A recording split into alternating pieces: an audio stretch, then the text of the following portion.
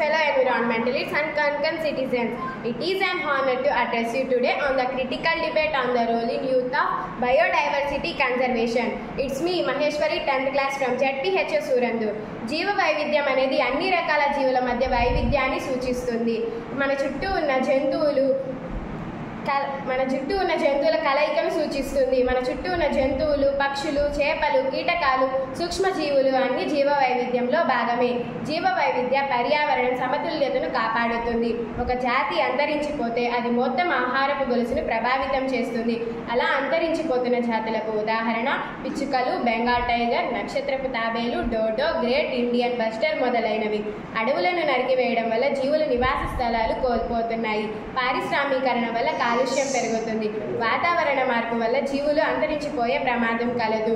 వివిధ రకాలైన కాలుష్యాలు, జనాభా విస్ఫోటనం, మృతికా క్రమక్షయం, నేల క్షీణత మరియు ఆక్రమణ జాతులు. జీవ వైవిధ్య కాపాడటంలో యువత కీలక పాత్ర పోషిస్తుంది. పాఠశాల స్థాయి నుండే జీవ వైవిధ్యాన్ని ఒక పాఠ్యాంశంగా చేర్చి విద్యార్థులకు అవగాహన కలిగించాలి. పాఠశాలల్లో, కళాశాలలో ఎకో క్లబ్లను ఏర్పాటు చేసి సెమినార్లు, వీధి నాటకాలు, ఏకపాత్రాభినయాలు, డిబేట్లు, యూట్యూబ్లో షార్ట్స్, ఇన్స్టాలో రీల్స్ చేసి యువత అందరికీ అవగాహన కలిగించాలి. ఇది యువత మాత్రమే చేయగలదు. చెట్లు నాటడం, అడవుల పెంపకం ద్వారా జీవ వైవిధ్య పరిరక్షించడంలో యువత ముందు వరుసలో ఉండాలి.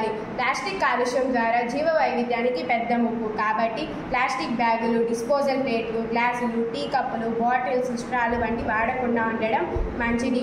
నీరు జీవ వైవిధ్యంలో అత్యంత ముఖ్యమైనది. నీరు వృధా చేయకుండా ఉండడం ద్వారా మనం జీవ వైవిధ్యాన్ని కాపాడవచ్చు.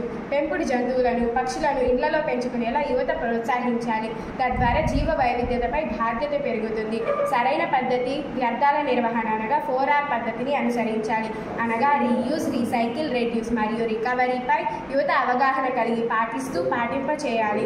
సుస్థిరాభివృద్ధి కార్యక్రమాన్ని యువత నిర్వహించాలి.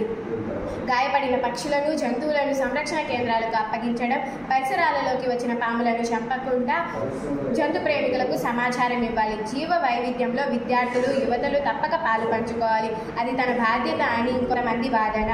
జీవ వైవిధ్య సంరక్షణలో ప్రభుత్వాలు, స్వచ్ఛంద సంస్థలు, ఎకో క్లబ్లు అనే చట్టాలు ఉండగా యువత దీనితో ఏ పని ఉందని అనవసరంగా తమ చదువు, భవిష్యత్, కెరీర్ మొదలైనవి ఫలంగా పెట్టడం మంచిది కానిది ఇంకొంతమంది వాదన.